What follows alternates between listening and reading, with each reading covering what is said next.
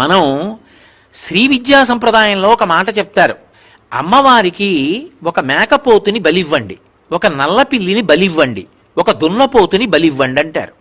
అంటే దాని అర్థం నిజంగా ఓ దున్నపోతుని, ఓ నల్ల పిల్లిని, ఒక మేకపోతుని పట్టుకెళ్ళి చంపేయమనే కాదు.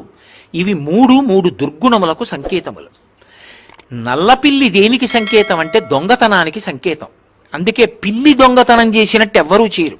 పిల్లొచ్చి పాలు తాగేసింది అనుకోండి, ఎవరికీ తెలియదు.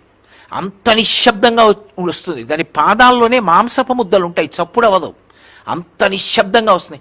పిల్లిలా తాగేశాడు రా అంటారు, పిల్లిలా జొనబడ్డాడు రా అంటారు. పిల్లి దొంగతనానికి సంకేతం. పిల్లిని బలి, అందులో నల్ల పిల్లి అంటే అసలు కనపడదు చీకట్లో, అది చీకట్లో తిరుగుతుంది. దొంగ బుద్ధిని విడిచిపెట్టేయి, పరమేశ్వరుడు నీ యజమాని అని అంగీకరించి దొరలా బతుకు. మేకపోతుని బలి, మేక మూర్ఖత్వానికి ప్రతీక.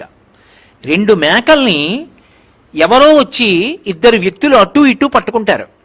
పట్టుకుని దగ్గరికి తీసుకొచ్చి ఒకదాని తల ఒకదానికి తగిలిస్తారు, దూరంగా తీసుకెళ్ళిపోతారు. నేను ఒకసారి రైల్లో వెళ్ళిపోతుంటే ఒక ఊరు యొక్క చివరి భాగంలో, ఇంకా లోపలికి వెళ్ళాలి ఊళ్ళోకి, చాలా పెద్ద ఊరు, సిగ్నల్ లేక ఆగింది రైలు. అక్కడ మేకపోతుల పందెం వేస్తుంటే చూశాను నేను, కిటికీలోంచి కనపడుతోంది. చక్కగా 2 గడ్డి తింటున్నాయి. ఒక వ్యక్తి అటు పట్టుకెళ్ళాడు, ఒక వ్యక్తి ఇటు పట్టుకెళ్ళాడు, వాటినే కలిసి గడ్డి తింటున్న వాటినే దగ్గరికి తీసుకెళ్లి 2 తల తాటించారు. తాటించి పట్టుకెళ్ళి ఒకదాని మీద ఒకటి ఇలా ఉసి కొలిపి వదిలేశారు. అంతే, తలలు పగిలిపోయేట్టు కొట్టేసుకున్నాయి. మూర్ఖత్వానికి ప్రతీక మేక. మూర్ఖత్వం అంటే తా పట్టిన కుందేలుకు 3 కాళ్ళు. నీకు అర్థం కాకపోవడం ఎప్పుడూ తప్పు కాదు, చెబితే అర్థం చేసుకోకపోవడం మాత్రం చాలా పెద్ద తప్పు.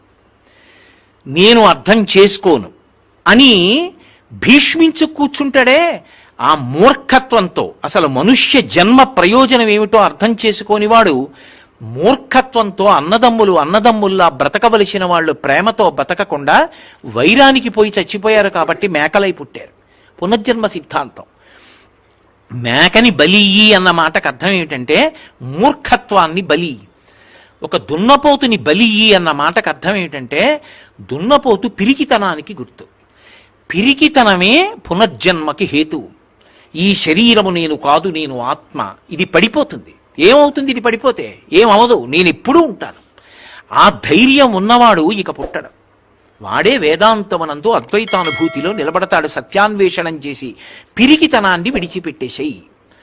అది దున్నపోతుని బలియి అంటే దాని అర్థం నిజంగా దున్నపోతుని చంపేయి, నిజంగా పిల్లిని చంపేయి, నిజంగా మేకను చంపేయి కాదు.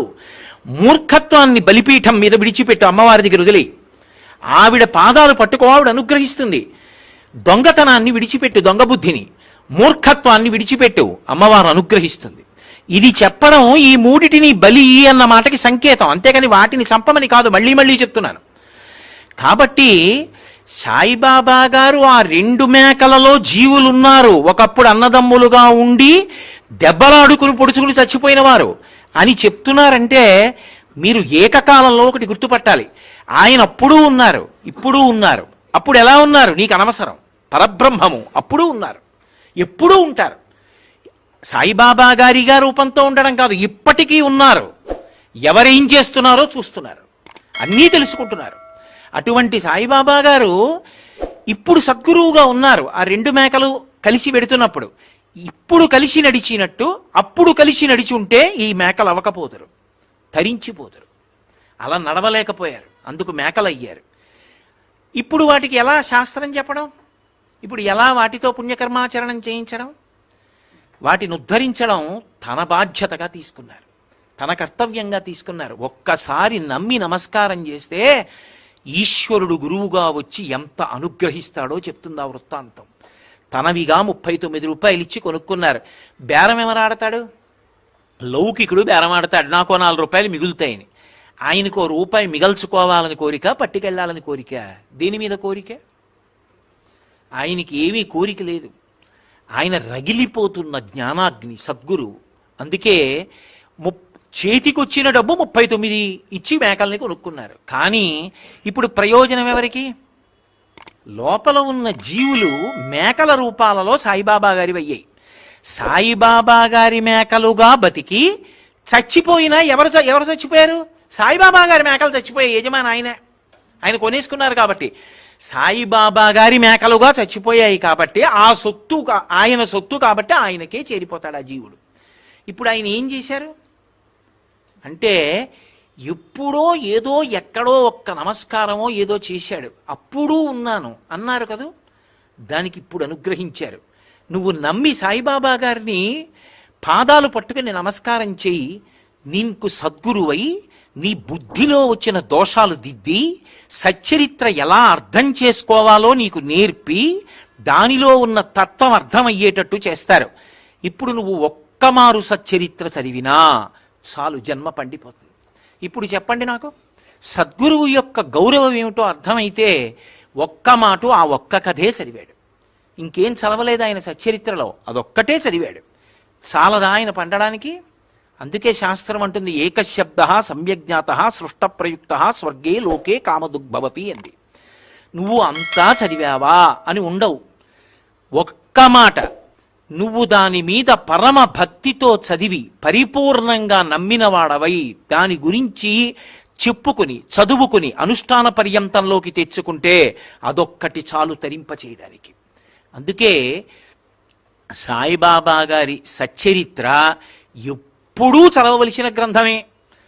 ఏదో స్నానం చేసి వచ్చి కూర్చుని ఒకసారి చదవవలసింది కాదు, ఎప్పుడూ చదువుకోవాలి. ప్రయాణంలో ఉన్నా చదువుకోవాలి, ఇంట్లో ఉన్నా చదువుకోవాలి, ఖాళీ దొరికినా చదువుకోవాలి. ఎందుకని, గురువు కన్నా నిన్ను ఉద్ధరించేవాడు ఎవరున్నాడు లోకంలో? ఆ గురువు మాట, ఒక్క మాట చాలు జీవితాన్ని మార్చేస్తుంది. సదాశివ బ్రహ్మేంద్రుల్ని కామకోటి పీఠాధిపతులు ఒక్క మాట అన్నారు, ఇక మాట్లాడడం ఆగదా అని అడిగారు, అంతే. ఇక మళ్ళీ ఆయన నోరెత్తలా, మౌనంలోనే ఉండిపోయారంతే. సద్గురువు యొక్క ఒక్క మాట మార్చేస్తుంది. అవి మాటలు కావని మీరు గుర్తుపెట్టుకోవాలి, అవి హితోపదేశములు.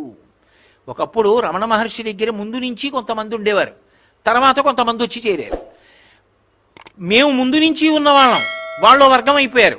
మేము తర్వాత వచ్చిన వాళ్ళం, వాళ్ళో వర్గం అయిపోయారు. ఇద్దరు దెబ్బలాడుకోవడం మొదలెట్టారు. ఆయన భోజనం చేసి వచ్చి పడుకోవడానికి వస్తుండేవారు, అక్కడ సోఫాలో కూర్చుని ఎప్పుడూ తనలో తాను రమిస్తూ ఉండేవారు. ఇవాళ రమణ మహర్షి వచ్చిన తర్వాత మనం చెప్పేసేయాలి, అయ్యా పాత వాళ్ళు కొత్త వాళ్ళని రానివ్వట్లేదు, పాత వాళ్ళ కొత్త వాళ్ళ ఏదో విషయం చెప్పండి అనాలని. ఏమీ తెలియని వారిలా ఆయన చేతికర్ర పట్టుకుని లోపలికి వస్తున్నారు. ఆశ్రమంలో ఎప్పటి నుంచో కుక్కలు ఉన్నాయి, అక్కడ కొత్త కుక్కోటి లోపలికి వచ్చింది. పాత కుక్కలు ఆ కొత్త కుక్క మీద పడ్డాయి. కొత్త కుక్క బౌహ నరిచి పరిగెడుతోంది, పాత కుక్కలు వెంటబడుతున్నాయి. ఆయన వాటి వంక చూసి అన్నారు, కుక్కలు కదూ పాతవి కొత్తవి అని దెబ్బలాడుకుంటాయి అన్నారు. ఆ తర్వాత ఇక ఎవరూ వర్గాలుగా లేరు. ఇప్పుడు దాన్ని మీరు రమణ మహర్షి కుక్కలను అన్నారనుకోండి, ఏమైనా ప్రయోజనం ఉంటుందా? రమణ మహర్షి స్థాయి అదే కాదు. అందులో ఒక తత్వం ఉంది, ఒక పాఠం ఉంది. అప్పుడున్న వాళ్ళకే కాదు, ఎప్పుడు ఎక్కడ భగవత్ సన్నిధానంలో చేరినా అక్కడ సీనియర్సు జూనియర్సు అని కొట్టుకోకండి, సేవించడం ప్రధానంగా సేవించండి అంతే అన్న నీతి సందేశం ఎప్పటికీ ఉంటుంది. అందుకే నిస్సందేహంగా సాయి సచ్చరిత్ర పారాయణ గ్రంథమే. ఏ గురువు యొక్క చరిత్ర అయినా సరే జీవిత ఉద్ధారకములు, అవి చదువుకోవాలి. అన్నిటికన్నా ప్రధానం అందులో ఉన్న తత్వాన్ని తెలుసుకోవడానికి విశేషమైన ప్రయత్నం చెయ్యాలి. ఎప్పుడైనా ఎక్కడైనా ఎవరైనా అందులో ఉన్న తత్వం చెప్పేవాడు కనపడితే వాడి కాళ్ళ మీద పడి నమస్కారం చేసి వినాలి. ఎందుచేత అంటే పైన కథగా కాదు, లోపల తత్వాన్ని దర్శించి చెప్పగలిగిన వాడు కనపడితే వాడే సాయిబాబా రూపంలో వచ్చి చెప్తున్నాడని గుర్తు పెట్టుకోవడం అవసరం.